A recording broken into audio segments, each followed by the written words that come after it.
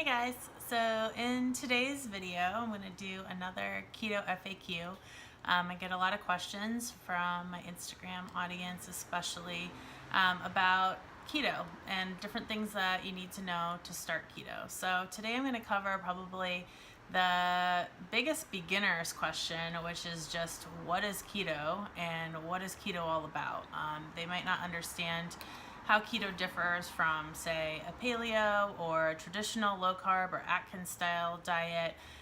So this video is going to cover some of those main points, and hopefully you can walk away with a better understanding of what's specific about keto versus some of those other diets. So I've been keto for 21 months at this point. I started because I wanted to have an anti-inflammatory diet. So I have psoriatic arthritis and psoriasis, which are both autoimmune disorders that cause a lot of inflammation in my body. And so I wanted to cut out the carbs and the sugar, which can be inflammatory and kind of aggregate the symptoms that I already have. So for me, that was my reason for starting keto. There's a lot of different reasons and a lot of different ways that keto can help different people. Obviously, weight loss is usually a popular one, but it is not the only reason to begin a keto diet. And for me, weight loss is just kind of like a secondary benefit. It was not my main goal. But keto is a very high fat, moderate protein, and low carb diet. So traditional ratios in terms of the fat is 70% of your diet, or about 70%, should come from fat, 25% from protein, and 5% from carbs. So I had done low carb diets in the past prior to the last 21 months of keto. And the big difference there is that there was never like a big focus on the fat content or healthy fats.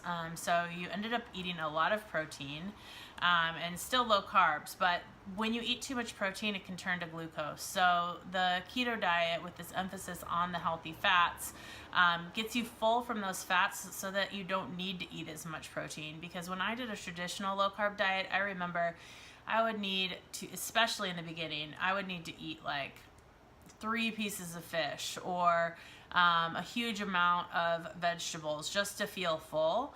And on the keto diet, that's not a way of eating really, because I think it's a lot more than a diet, but on the keto way of eating, the fats fill you up, those satiate you so that you don't feel like you have to eat 3 pieces of fish or 4 hamburger patties or whatever the case may be, where you're going way over on your protein. So things like healthy oils or avocado, fatty fish like salmon, different things like that that are going to fill you up a lot more without needing those carbs or starches to fill you up.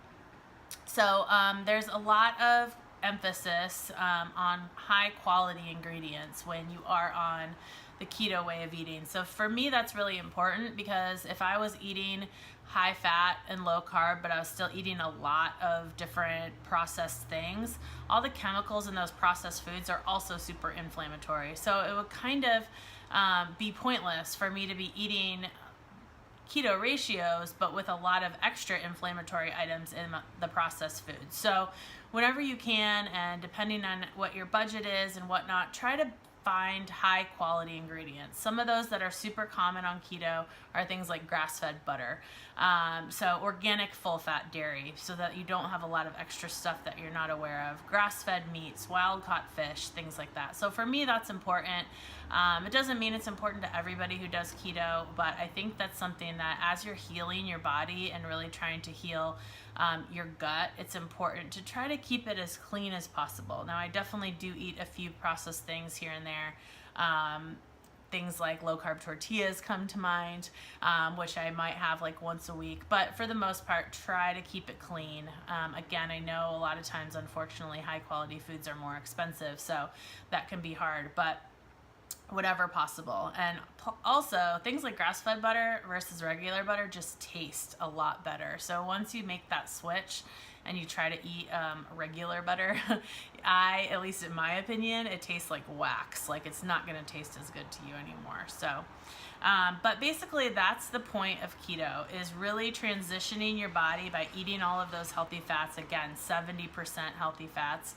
That's going to transition your body from being a carb or sugar burning machine to becoming a ketone burning machine. So you're burning your own fat instead of burning all those carbs and sugar that you were eating previously.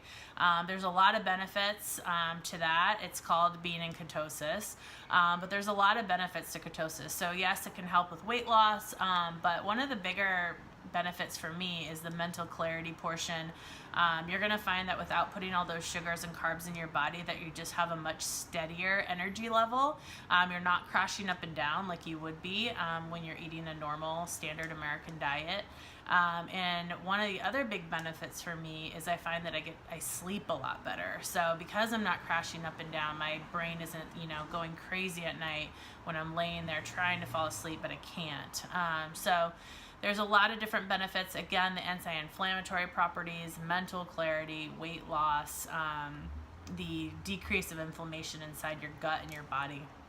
So many reasons that keto is a great lifestyle. It works really well for me. So that's the kind of beginner course of what keto is all about. Again, like a low carb or Atkins diet are different. They don't have the same macros as keto. So if you've tried one of those before and they've stopped working for you, which is what happened to me, then keto might be a great choice for you. Paleo, I didn't get into paleo, but paleo is different than keto.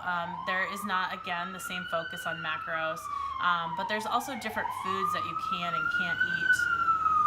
Don't you love the police driving by my house right now? Firemen, sorry. But paleo is a little different. It's not the same high fat, not as low carb. Different foods that you can and can't eat. So there's a lot of different kind of sections of paleo now that it's been around a little bit longer. So, but I think in its most traditional form, they don't eat dairy, where keto you can eat full fat dairy. Some people on paleo now do eat some dairy. There's also obviously carbs on paleo that you can eat, which is not okay on keto. So that's a big difference. And then overall, paleo is just all about kind of eating the way people did thousands of tons of years ago. And so it's really a lot of like the vegetables and the meat, where there are some more options on keto. There's plenty of ways to make keto fun and fit into your lifestyle.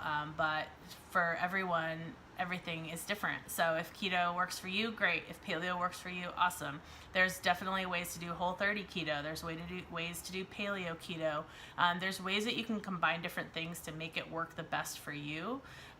Or you can do a more straightforward keto approach. So as I keep answering more questions, hopefully some of that will become more clear. But if you like this video, please give it a thumbs up. And if you have additional questions, please ask them in the comments below. I'll be happy to answer them. And check the FAQ page on my blog for even more questions and answers. Thank you.